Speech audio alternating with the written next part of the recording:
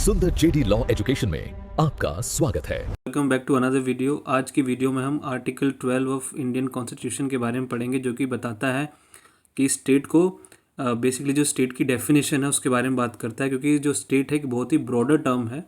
तो हम बेसिकली इसमें जानेंगे। देखिए, अगर आप इस लाइन को पढ़ें, the gateway to fundamental rights, article 12 जो है एक तरीके से क्या बोलते हैं, ये फंडामेंटल राइट्स के लिए क्या है, गेटवे है। क्यों कहेंगे इसको? क्योंकि देखिए, जो स्टेट है वो बेसिकली क्या होता है, देखिए स्टेट के अगेंस्ट ही आप मोस्टली जो प्राइमरीली आप जो अपने फंडामेंटल राइट्स हैं वो किसके अगेंस्ट में उसको क्लेम करोगे, वो इन्फोर्सेबल किसके किसके अगेंस्ट में मोस्टली हैं, मोस्टली स्टेट के ही होते हैं प्राइमरीली। तो इसलिए हमें कहते हैं कि देखो, जो फंडामेंटल राइट भी है, जो आपका पार्ट 3 है, वो भी यहीं से स्टार्ट होता है। देखिए, हमारा इसके लिए रोड मैप क्या रहेगा। पहली बात तो जो इसका आर्टिकल 12 है उसका जो टेक्स्ट है हम उसको देखेंगे, जो बेयर एक्ट है, ठीक है, decoding the bare act of article 12 and it's components, तो उनके बारे में बात करेंगे। फिर उसके बाद में हम इंग्रेडिएंट्स पे चलेंगे, क्योंकि देखो मेन तो हमारा यही है कि भाई जो स्टेट है वो क्या सब कुछ, देखो किन किन चीज़ों को मिलके बना हुआ है। वो जो यूनियन है, यूनियन के अंदर जितनी भी चीज़ें आएंगी वो सब स्टेट के अंदर है। जो जो फिर स्टेट गवर्नमेंट वाली चीज़ें हैं वो सारी उसके अंदर आएंगी, जो उसके डिपार्टमेंट्स हैं। फिर लोकल अथॉरिटी कौन सी हैं, फिर अदर अथॉरिटी, जो कि सबसे इंपॉर्टेंट पार्ट है हमारा वीडियो का, जो कि हम एंड में बात करेंगे। उसके बाद में देखिए केस लॉस पे चलेंगे। कम से कम मैंने इसमें 7-8 केसेस लिखे हुए हैं, जो कि बहुत ही इंपॉर्टेंट और आपके कॉन्सेप्ट को क्लियर करने के लिए काफ़ी कारगर होंगे। तो इसके लिए, क्योंकि देखो जैसे मैंने आपसे कहा कि आज के टाइम पे स्टेट की जो डेफिनेशन है बहुत ही ब्रॉडर है, लेकिन पहले बहुत ही रिस्ट्रिक्टिव थी। क्योंकि बस जो क्या बोलते हैं, बेसिकली उसको मोटा मोटा यही कि सॉवरेन फंक्शंस क्या हैं, गवर्नमेंट क्या है, उन्हीं की तरह की जो बॉडीज़ होती थी उनको ही स्टेट कहते थे पहले, ठीक है। फिर हम चलेंगे कुछ डीप क्वेश्चंस में कि भाई क्या बीसीसीआई को हम स्टेट का दर्जा दे सकते हैं, क्या ओएनजीसी जो है इनको हम स्टेट मान सकते हैं, क्या जो कोर्ट हैं हमारे, जो जुडिशरी है, क्या क्या वो भी स्टेट है क्या। तो ये जो तीनों चीज़ें हैं इनके बारे में भी हमें एंड में आंसर्स मिलेंगे, ठीक है। तो देखिए, स्टेट को वाई डिफाइन, स्टेट क्यों करें इसको डिफाइन। देखिए, पार्ट 3 है फंडामेंटल राइट्स का, जो कि स्टार्ट करता है आर्टिकल 12 के स्टार्ट से, तभी मैंने कहा कि वो गेटवे है। Most fundamental rights like free speech, equality are claim against the state, not private individuals. तो देखिए, जो फंडामेंटल राइट्स हैं वो मोस्टली किसके अगेंस्ट आप इनको क्लेम करते हैं, ये आप करते हैं स्टेट के अगेंस्ट में, प्राइवेट इंडिविजुअल्स के अगेंस्ट में नहीं, mostly. Before we claim a right we must prove the violator is the state.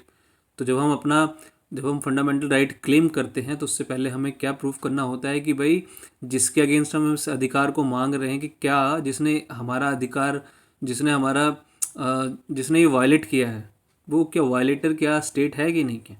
फिर आता है कि if the state is not defined any one could violate your rights without constitutional remedy. अब देखिए, अगर स्टेट को हमने डिफाइन ही नहीं किया होगा तो फिर हमारे पास देखिए कोई कॉन्स्टिट्यूशनल रेमेडी होगी नहीं, क्योंकि पता ही नहीं भाई कौन कौन स्टेट है कौन नहीं है। तो फिर तो कोई भी हमारे जो राइट्स हैं उनका वायलेशन करता रहेगा। इसलिए जो है डेफिनेशन इसकी बहुत ही ज़रूरी बन जाती है। तो देखिए, इंग्रेडिएंट्स क्या रहेंगे हमारे आर्टिकल 12 के, क्योंकि देखिए छोटा सा आर्टिकल है लेकिन इसके अंदर मेन जो चीज़ें हैं वो 4 हैं। सबसे पहले जो स्टेट है वो किन किन चीज़ों को इंक्लूड करता है, पहली बात आती है आपकी यूनियन गवर्नमेंट, ठीक है। उसके अंदर गवर्नमेंट्स हो गई उसकी, और पार्लियामेंट ऑफ इंडिया, इन सबको बारी बारी से पूरा डिटेल में आगे चल के डिस्कस करेंगे, लेकिन हमारे मोटे मोटे 4 पार्ट हैं। फिर आता है स्टेट गवर्नमेंट। उसके अंदर देखिए जो गवर्नमेंट है, जो लेजिस्लेचर है स्टेट के, जैसे कि विधानसभा और विधान परिषद, ऐसी यूनियन गवर्नमेंट में भी आपका पार्लियामेंट जो राज्यसभा और लोकसभा जाता है, ठीक है। तो लोकल अथॉरिटीज़ के अंदर, लोकल अथॉरिटीज़ में आपके म्यूनिसिपैलिटीज़ आ जाएंगी, पंचायत आ जाएंगी, जो बोर्ड्स होते हैं वो आ जाएंगे। जो सबसे इंपॉर्टेंट पार्ट है हमारा वो है अदर अथॉरिटी, जो कि बड़ा ही कन्फ्यूजिंग है। तो उसमें आपका LIC, ONGC, इलेक्ट्रिसिटी बोर्ड, तो ये सब चीज़ें उसमें आएंगी। तो सबसे पहले पार्ट को डिस्कस करते हैं, government and parliament of India. तो देखिए इसके अंदर क्या क्या चीज़ें हैं जो कि स्टेट कहलाएंगी।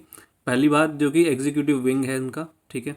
उसके अंदर कौन कौन आ गया, प्रेसिडेंट है वो भी स्टेट है, प्राइम मिनिस्टर वो भी स्टेट है, कैबिनेट मिनिस्टर वो भी स्टेट है, और जितने भी सेंट्रल गवर्नमेंट के डिपार्टमेंट्स हैं वो सब स्टेट की डेफिनेशन में कवर होंगे, वो उसमें इंक्लूड रहेंगे।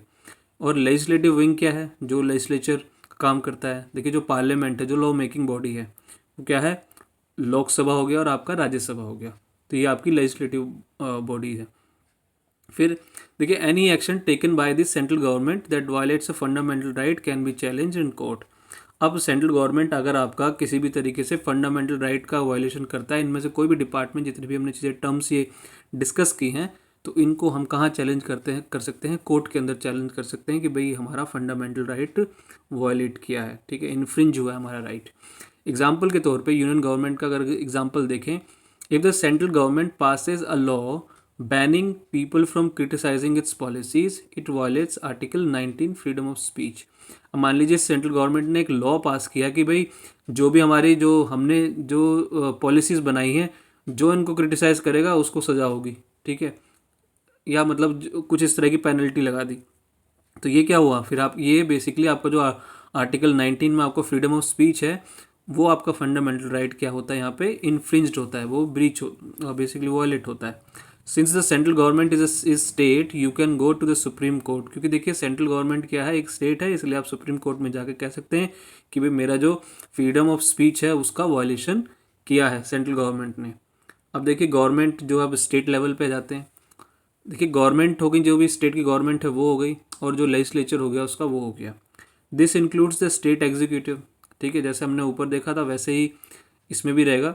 यहाँ पे स्टेट के एग्जीक्यूटिव हो जाएंगे, वहाँ पे सेंट्रल के थे, तो इसमें हो जाएगा आपका गवर्नर, चीफ मिनिस्टर, उसके सारे मिनिस्टर्स, और जितने भी स्टेट के वो सारे डिपार्टमेंट है, उस गवर्नमेंट के जितने भी सारे डिपार्टमेंट्स हैं।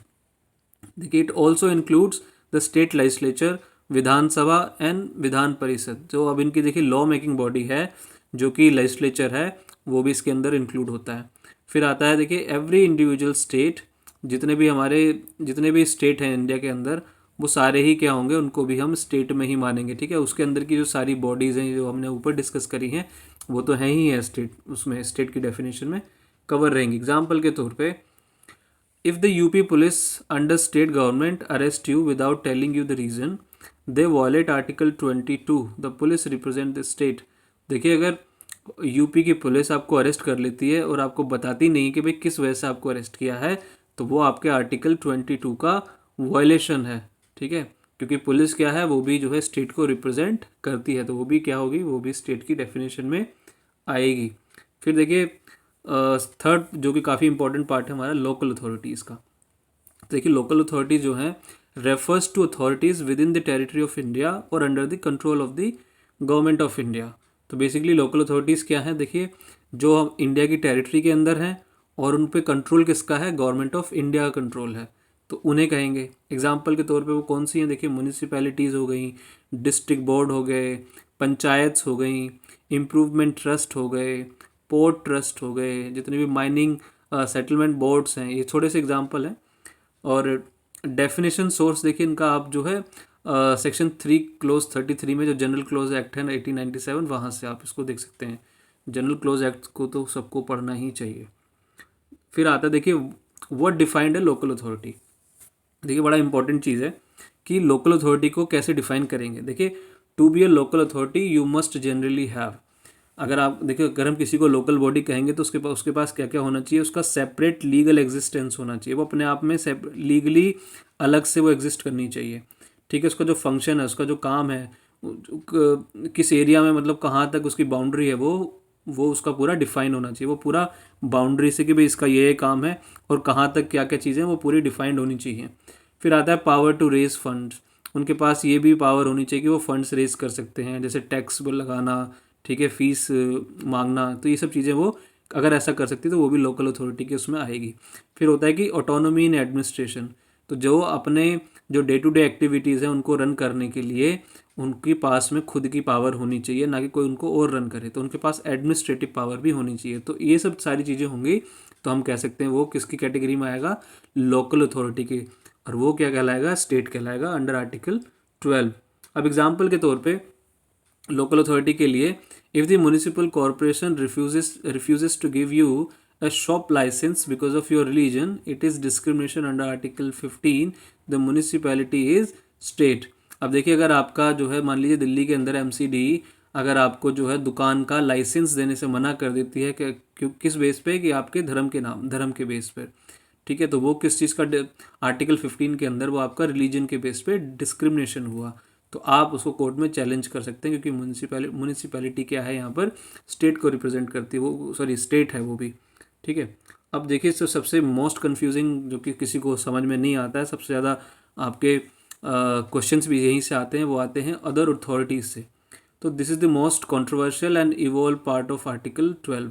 तो बहुत कंट्रोवर्शियल भी है, और ये धीरे धीरे over the period of time, जब से कॉन्स्टिट्यूशन आया है तब से लेके धीरे धीरे इसके अंदर चेंजेस आए हैं, इसकी डेफिनेशंस बदली हैं, मीनिंग बदली हैं। तो इसका अगर टेक्स्ट अगर हम पढ़ें, जो एक्ट है, ऑल क्या क्या कहता है, ऑल लोकल और other authorities within the territory of India और under the control of the government of India. तो ये अगर आप बेर एक्ट पढ़ेंगे तो आपको ये लाइनें आपको नज़र आएंगी। ठीक है, अब ये इसको वेग क्यों कहेंगे, why is this vague? It allows the court to include new bodies like PSUs, universities under the definition of state as society evolves. क्योंकि जैसे जैसे कि समय बदलता गया वैसे वैसे जो है, जैसे मैंने कहा कि बहुत ही ब्रॉडर डेफिनेशन है इसकी स्टेट की, तो वैसे वैसे उसके अंदर चीज़ें और ऐड होती गई। जैसे PSUs को ऐड कर दिया, यूनिवर्सिटीज़ को ऐड कर दिया। ठीक है, तो इन सब चीज़ों को ऐड करते गए। फिर देखिए, अब हम ये बड़ा इंपॉर्टेंट रूल हुआ करता था पहले, एडजस्टम जेनरिस रूल, जो कि इसमें लगता था। तो इसको चैलेंज किया गया और इसको कैसे इसको हटाया गया, उसकी भी ज़रा कहानी स्टार्ट करते हैं। देखिए, पहले के जो 1950s से जो पहले के जो व्यूज़ थे, court use the rule of ejusdem generis, मतलब जो भी एक जैसी चीज़ें हैं ना उनको मानते थे। कि मान लीजिए जो कि गवर्नमेंट से मिलती हैं, स्टेट से जो मिलती जुलती हैं, उनके जो फंक्शन बिल्कुल वैसे वैसे ना, बहुत ही स्ट्रिक्ट सेंस में उनको स्टेट मानते थे। They thought other authority must be similar to government, legislature, sovereign bodies. तो उनका मतलब ये था कि भाई वो कैसी होनी चाहिए, वो बिल्कुल जैसे गवर्नमेंट होती है या उसका लेजिस्लेचर होता है, वो वैसी की वैसी होनी चाहिए, बिल्कुल मतलब हूबहू। ठीक है, रिजल्ट क्या होगा उससे? देखिए फिर क्या हुआ, बॉडीज़ लाइक यूनिवर्सिटीज़ और electricity boards are were not consider state. तो जो जितनी भी यूनिवर्सिटीज़ थी और जो इलेक्ट्रिसिटी बोर्ड थे, वो क्या थे, इस डेफिनेशन की वजह से, इस तरह के रूल और इंटरप्रिटेशन की वजह से उनको स्टेट कैटेगरी में नहीं रखा गया। फिर बाद में देखिए मॉडर्न व्यू क्या हुआ, ये दिस रूल वाज रिजेक्टेड, तो इसको रिजेक्ट कर दिया गया और अदर अथॉरिटीज़ को वाइडर सेंस में इसके अंदर बहुत सारी चीज़ों को ऐड किया गया, उनके पब्लिक फंक्शनिंग के ऊपर, उनकी मतलब किस तरह के फाइनेंशियली वो कितना कंट्रोल करते हैं, बहुत सारी चीज़ें जो कि हम आगे जाके जजमेंट्स के थ्रू समझेंगे। एग्जाम्पल के तौर पे जैसे कि ONGC है, unfairly fires an employee without hearing. तो वो एक एम्प्लॉय को बिना सुने ही उसको क्या करता है, नौकरी से निकाल देता है। The employee can go to court claiming violation of right. तो एम्प्लॉय क्या कर सकता है, कोर्ट जा सकता है, कह सकता है कि जी मुझे बिना सुने ही, प्रिंसिपल ऑफ नेचुरल जस्टिस का, बिना मतलब सुने ही उसको क्या किया, निकाल दिया गया। अब यहाँ पे देखिए कोर्ट उसका केस सुन सकता है, क्योंकि ONGC भी क्या है, वो भी एक स्टेट है। तो इसके अंदर देखिए अब हम केस लॉस पे आते हैं, जो कि बड़े ही इंपॉर्टेंट हैं। यहाँ से स्टार्ट करते हैं। University of Madras versus Santa by 1954 का है। देखिए इसमें बहुत ही रिस्ट्रिक्टिव इंटरप्रिटेशन थी, जो कि हम आपके टाइम पे तो वाइडर है। तो इसमें क्या फैक्ट थे कि the university of Madras refuse admission to a female student. तो मद्रास यूनिवर्सिटी ने क्या किया कि फीमेल जो लड़की थी, स्टूडेंट थी, छात्रा थी, उसका एडमिशन के लिए मना कर दिया। उसने क्या करा, she challenge it under article 15। उसने, क्योंकि देखिए सेक्स के बेस पर डिस्क्रिमिनेशन है, क्योंकि वो लड़की है इसलिए उसके साथ ही भेदभाव हुआ। ठीक है, तो इसके अंदर इशू क्या आया, is a university consider state under article 12। अब देखिए अब तक क्या था कि अब एजेस्डम रूल चल रहा है, यहाँ पे एजेस्डम जेनरिस रूल चल रहा है। तो अब यहाँ पे बेसिकली उसको वैसा का जैसे मैंने कहा कि स्ट्रिक्टली इसको इंटरप्रेट किया गया। तो इसमें क्या गया, देखिए जजमेंट भी वैसी ही की वैसी आई। कोर्ट ने मना करा कि भाई यूनिवर्सिटी स्टेट नहीं है। The Madras high court applied ejusdem generis. It said state employees bodies exercising sovereign governmental functions. जैसे हमने ऊपर बात करी थी कि वो क्या होनी चाहिए, कि हूबहू वैसी की वैसी ही होनी चाहिए, जैसे स्टेट के फंक्शंस होते हैं वैसे वो काम करे, वो सॉवरेन हो, गवर्नमेंट के फंक्शंस वो डिस्चार्ज करे। ठीक है, तो उनको यूनिवर्सिटीज़ को कह दिया गया कि universities are educational not governmental. तो उनको कह दिया कि वो एजुकेशनल बोर्ड वो हैं, इंस्टीट्यूशंस हैं, ना कि वो गवर्नमेंट है। फिर इसको वैसे बाद में जाकर आगे जाके चैलेंज किया गया, तो ये चीज़ बदल गई है। मतलब यूनिवर्सिटीज़ भी अब स्टेट हैं। अब केस 2 है Ujjain Bai versus state of UP 1962 का है। तो इसके अंदर ये जो एजेस्डम जेनरिस रूल था इसको रिजेक्ट कर दिया गया। सुप्रीम कोर्ट ने क्या करा है, क्योंकि बहुत ही नैरो व्यू है, बहुत ही मतलब छोटा मतलब व्यू है, तो जजमेंट क्या थी, the court held that there is no common genus between parliament, local bodies etcetera. तो उसमें कोई देखो जेनिस ही नहीं है, कॉमन जेनिस ही नहीं है पार्लियामेंट और लोकल बॉडीज़ में। देयरफॉर जो रूल ऑफ एजेस्टम जेनरिस है उसको अप्लाई नहीं कर सकते, और अदर अथॉरिटी है must be interpreted broadly to include any authority created by statute और कॉन्स्टिट्यूशन। तो उसने कहा कि देखिए अदर अथॉरिटी के अंदर हम पहली बात तो उसको ब्रॉडली इंटरप्रेट करेंगे, और उसके अंदर हम किसको इंक्लूड कर सकते हैं, वो अथॉरिटी जो कि किसने क्रिएट करी है, किसके थ्रू बनी है, कॉन्स्टिट्यूशन ने बनाई है या फिर कोई स्टैट्यूट्स के साथ में बनी है। ठीक है, ये बहुत ही इंपॉर्टेंट जजमेंट है ये वाली, R D Shetty versus international airport authority 1979। तो इसका जो इसमें जो है इंस्ट्रूमेंटेलिटी टेस्ट दिए थे, करीब 5 इसके अंदर पॉइंट्स हैं, वो हम आगे अगली स्लाइड में डिस्कस करेंगे। तो इसके फैक्ट्स थे, the airport authority accepted a tender from a person who didn't meet the criteria rejecting others. तो बेसिकली क्या हुआ कि काफ़ी लोगों ने टेंडर के लिए अप्लाई किया, अब इन लोगों ने क्या किया, मनमानी करते हुए अपना फेवरेट बंदा जो है, जो कि जिस तरीके से जो उसकी एलिजिबिलिटी थी वो मीट भी नहीं करी थी, वो एलिजिबल भी नहीं था, उसके बावजूद भी उसको एक्सेप्ट कर लिया उसका टेंडर, और बाकी लोगों को जो कि एलिजिबल लोग थे जो मेरिट पे थे उनको रिजेक्ट कर दिया। तो इसको आर्बिट्री माना गया आर्टिकल 14 के अंदर, और उसको चैलेंज किया कोर्ट के अंदर। तो कोर्ट ने कहा कि देखिए ये क्या है, ये जो एयरपोर्ट है ये भी क्या है, क्या है, स्टेट है। तो जस्टिस भागवती ने इसके अंदर 5 पॉइंट टेस्ट दिया डिटरमाइन करने के लिए कि भाई हम किस बॉडी एजेंसी को हम क्या कहेंगे, स्टेट कहेंगे। तो इसके लिए जो 5 पॉइंटर्स हैं हम उनको बारी बारी से डिस्कस करते हैं। 5 पॉइंट टेस्ट है। पहला है कि देखिए ये जो बॉडी है उसको क्या होना चाहिए, उसको क्या मिलना चाहिए, फाइनेंशियल एड मिलनी चाहिए गवर्नमेंट की तरफ से। Does the government provide the entire और मैसिव शेयर कैपिटल, कि भाई या तो पूरा का पूरा फाइनेंशियल जो एड है वो गवर्नमेंट पूरा ही दे रही है, या फिर काफ़ी हद तक वो मतलब उसके अंदर उसमें कैपिटल लगाई है गवर्नमेंट ने। फिर गवर्नमेंट का कंट्रोल होना चाहिए। Is that deep and pervasive state control, pervasive मतलब जो कि बहुत ही मतलब सारी चीज़ों में फैला हुआ है, मतलब काफ़ी मतलब विजिबल है, इतना कंट्रोल है। ठीक है, तो वो कंट्रोल होना चाहिए गवर्नमेंट का उस बॉडी के ऊपर। फिर उसके जो फंक्शन है, does it perform a public importance function, तो जो उसके जो काम है वो पब्लिक से रिलेटेड है कि नहीं है। फिर है कि वो मोनोपोली, देखिए वैसे मोनोपोली तो अलाउड नहीं है लेकिन स्टेट को अलाउड है। तो फिर आता है कि does it enjoy a state protected monopoly, तो क्या वो मोनोपोली जो कि सिर्फ स्टेट को मिली हुई है, क्या वो इंजॉय करता है कि नहीं करता है, मतलब है उसके पास मोनोपोली कि नहीं।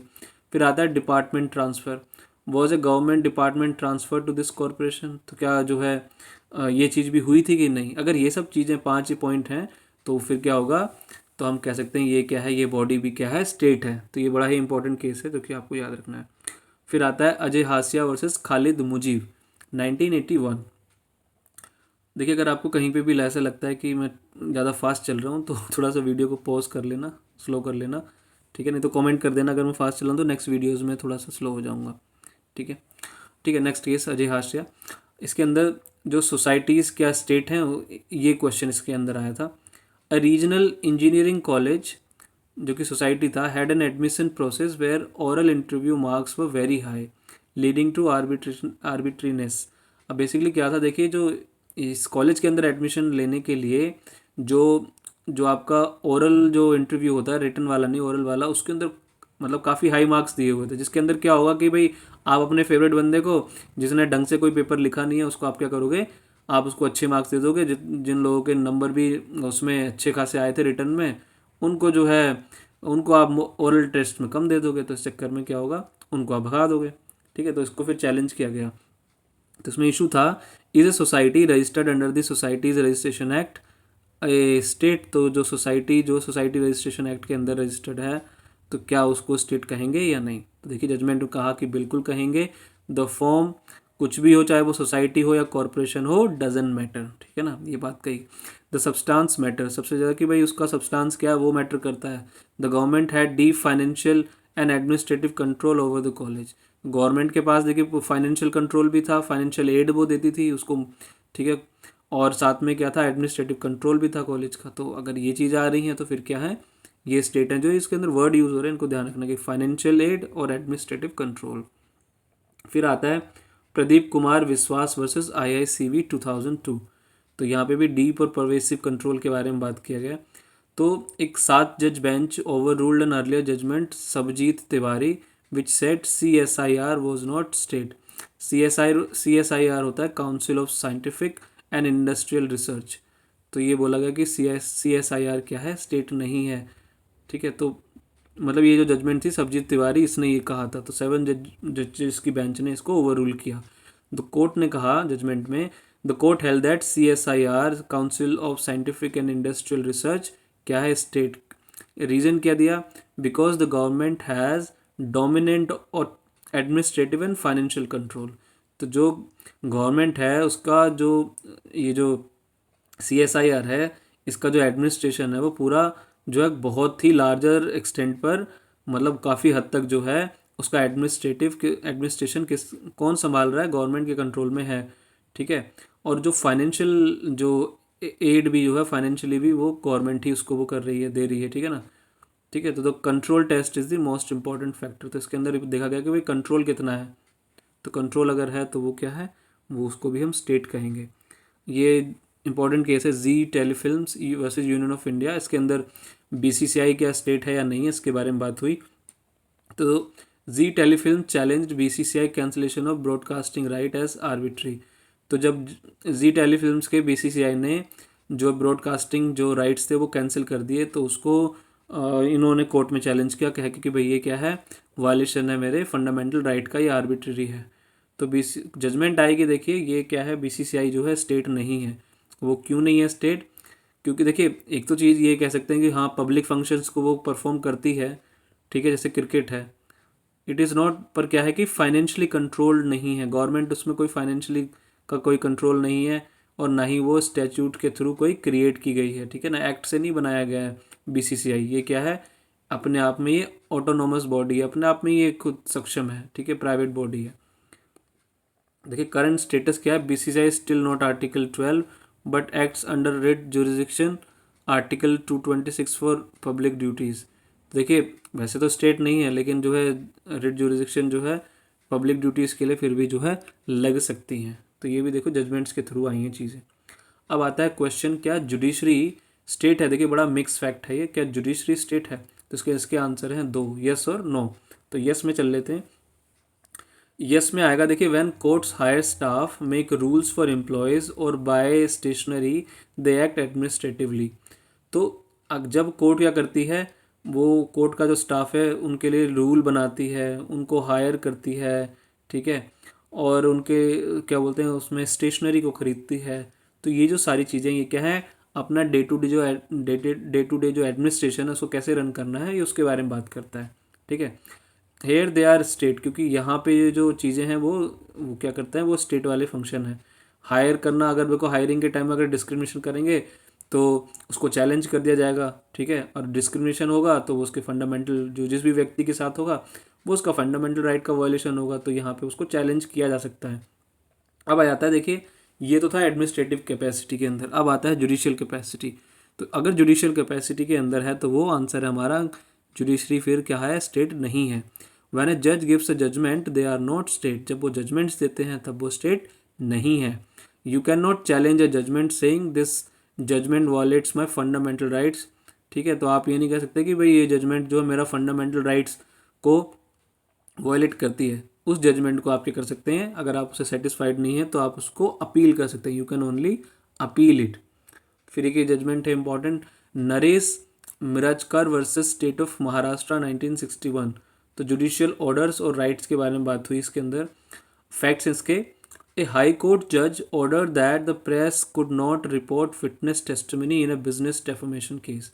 तो कोर्ट ने ऑर्डर करा है जो प्रेस है, जो विटनेस यहाँ पे गवाही दे रहा है इस डेफमेशन केस के अंदर, उसकी जो है टेस्टिमनी को पब्लिश नहीं करेंगे, पेपर में छापेंगे नहीं, दिखाएंगे नहीं मीडिया के अंदर। तो इसमें क्या हुआ कि इसको चैलेंज किया गया, कहा गया कि भाई तो हमारे आर्टिकल 19 का जो है फ्रीडम ऑफ स्पीच का वायलेशन है। तो इशू था कि डिड द जज violate free speech under article 19। तो और क्या कोर्ट इस टाइम पे स्टेट है या नहीं है। देखिए जजमेंट आई, सुप्रीम कोर्ट ने कहा, the supreme court held that a judicial order by a competent court cannot be said to violate fundamental rights. The judiciary, which while deciding cases, is not state under Article 12. तो supreme court ने कहा कि देखिए ये जो order है ना, इसको आप ये नहीं कह सकते कि भाई आपका जो है फंडामेंटल राइट यहाँ पे कोई वायलेट हुआ है। कॉम्पिटेंट कोर्ट है, ऐसा ऑर्डर वो पास कर सकती है और वो जुडिशरी के फंक्शन है। जैसे हमने ऊपर पढ़ा ना कि जब वो जजमेंट्स देता है तो जजमेंट की आप अपील कर सकते हैं, उसमें ये नहीं कह सकते कि वो क्या है या ऑर्डर है। तो ऑर्डर भी क्या है कि वो भी एक तरीके से वो जुडिशियल फंक्शन है, ना कि एडमिनिस्ट्रेटिव फंक्शन है। तो उस टाइम पे वो स्टेट का काम नहीं कर रहे हैं, वो स्टेट नहीं कहलाएंगे, इसलिए आप उसको चैलेंज नहीं कर सकते क्या कि भाई मेरा फंडामेंटल राइट वायलेट हो गया। ठीक है, तो समरी में देखिए क्या क्या इंक्लूड करेगा article 12। Union and state governments, parliament and state legislature, municipalities and panchayats, और PSUs जो ONGC, LIC एट्सेट्रा, और स्टेचुटरी बॉडीज़। और फिर क्या इंक्लूड नहीं करेगा, private companies unless doing public duties. ठीक है, प्राइवेट कंपनी भी पब्लिक ड्यूटी करेंगी तब आ जाएंगी। BCCI क्या बताया, ऑटोनोमस बॉडी है। जुडिशरी क्या है, अगर वो जुडिशियल कैपेसिटी में करेगी तो नहीं है, जजमेंट्स और ऑर्डर के टाइम पे। और प्राइवेट इंडिविजुअल्स भी क्या है, आर्टिकल 12 के अंदर नहीं आएंगे। Thank you so much for watching the video. If you really like it please give से थम्स अप, और शेयर भी करें, सब्सक्राइब जरूर करना करें, और कोई सजेशन है तो ज़रूर उसको कमेंट में लिखें। Thank you so much. सुंदर JD लॉ एजुकेशन।